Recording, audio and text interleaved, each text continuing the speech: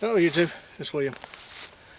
I had to clear out my lane for my canoe, pulling it down to the lake. I've been trying to go around brush and everything, so figured that I would clear out the trail a little bit, and I'll show you. Since I had to do that, I'll just share with you guys my prototype parang that I've been playing around with for about a week now, and I really like it.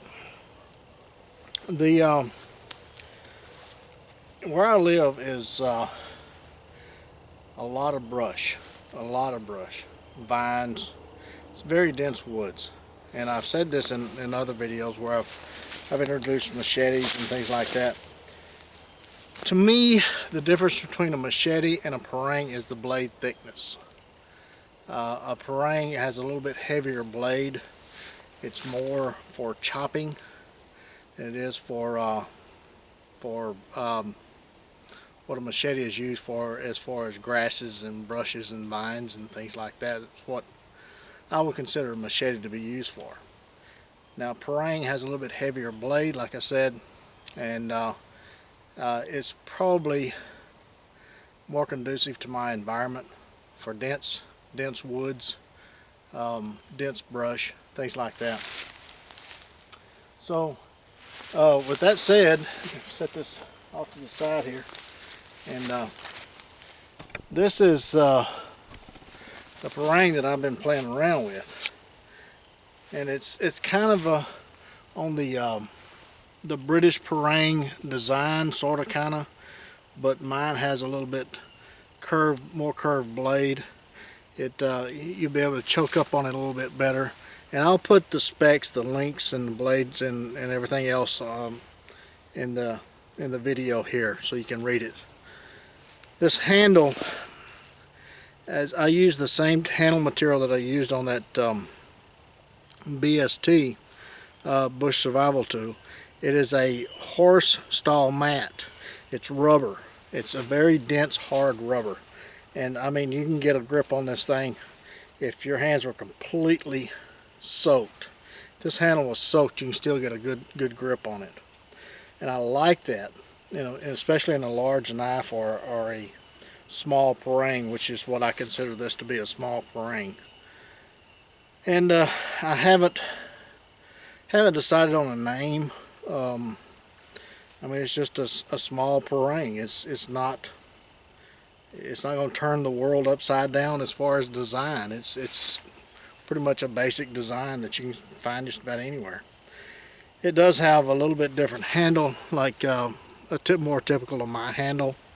So when you choke up on it like this, when you use it to do fine carving, then it's more comfortable to use.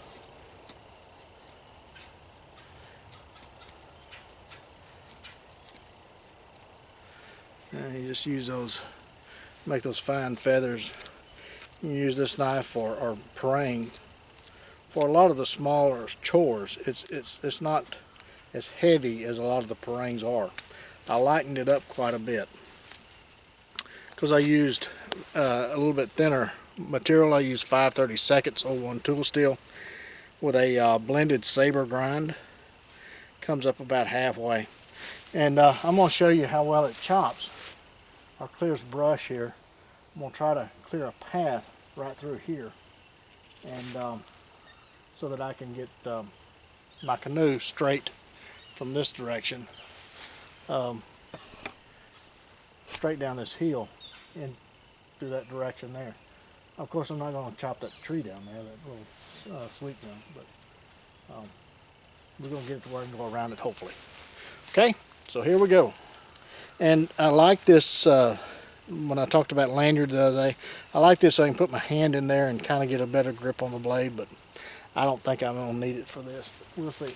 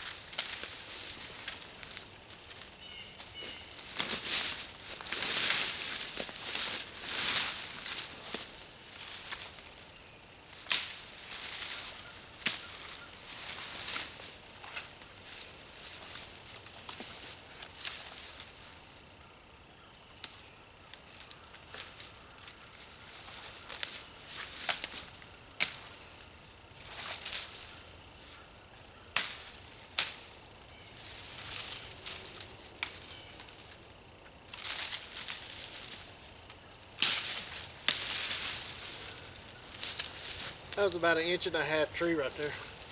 This Yopon too, so it's not soft wood.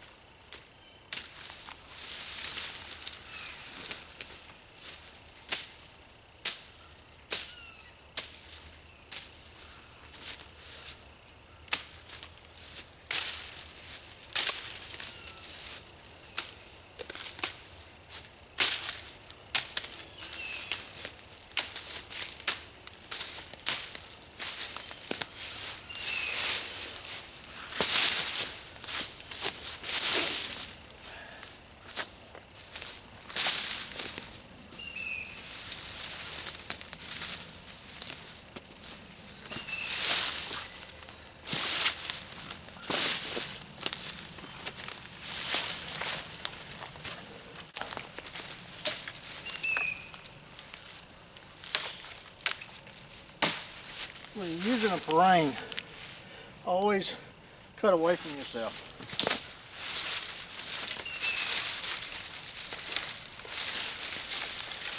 You're always cutting to the side or away from your body.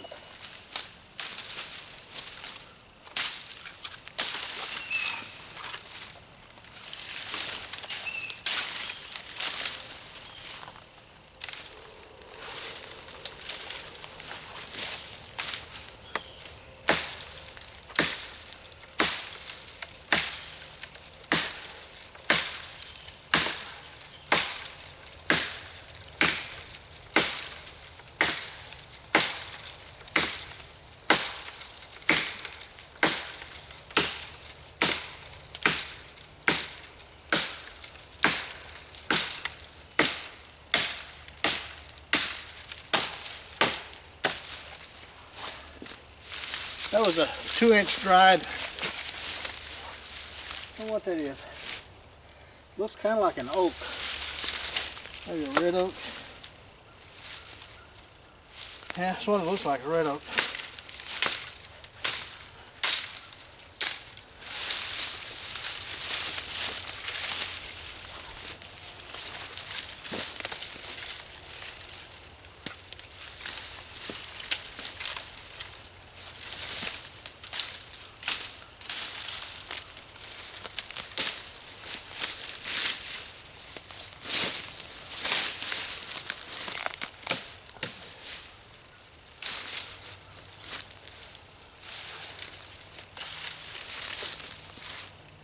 Should be able to get through there pretty easy.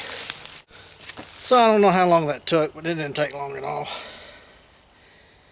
It is very, very good for my area.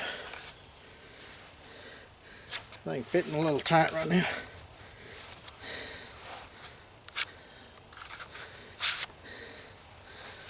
Which is good, I don't want it to fall out. But anyway, just kind of give you a brief demonstration on this little parang. And I don't know what I'm going to name it yet. It's just a prototype at this point. So it's work in progress. I'm really liking it so far. I find myself gravitating toward either too big of knives or small knives. The medium-sized knives, I don't I don't find much use for it, to be honest with you. The 3 and or the 4 and 5 inch range, I just think that that's an awkward size for me. Now it may be great for you guys, but for me, I gravitate toward the machetes, the parangs, and then skip down to a small neck knife. And for me, that works best for my area, what I enjoy doing, and that sort of thing. So I think I'm gonna like this better as far as a belt knife than have this for smaller tasks, carving and things like that. And then when I get a deer, I'll have a skinning knife in my pack somewhere so I can skin him out. I mean, you could probably butcher a deer pretty easily with this.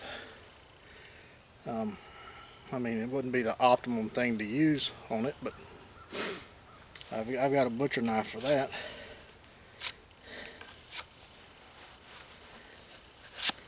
Yeah, it fits tight. I like that. So I appreciate you guys joining me on this. Hope you enjoyed it. Hope it wasn't too dark. Sun's not quite up yet. So, but I wanted to clear this out a little bit. And oh, I wanted to show you something I got from Sportsman's Guide. I got 4 of them for, I think it was like $10, something like that. It's these Swedish Canteens. They'll hold a good 30 ounces of water. Has an aluminum cup built in. They're flat, fit in my pack great. Has a little deal there that you can put the little tube in and use it that way. But Sportsman's Guide, you get 4 of them. Like I said, I think they were like $10 for 4 of these things. Just scalded it out, cleaned it up a bit.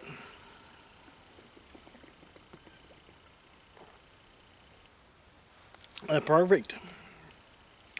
Doesn't take up a whole lot of room, and actually holds almost as much as my Guide Design. My Guide Design is only 32, so this only holds about 2 ounces less, and it fits in my kit better. So, hey, I'm liking that. So, anyway, check that out. Sportsman's Guide magazine. They usually have some pretty good deals. That's a Swedish Canteen, is what that is. So, until the next one, you guys get out in the woods, enjoy this beautiful outdoors that we have.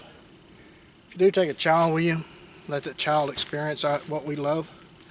And if you do, take plenty of Band-Aids and lots of knives. We'll catch you again soon.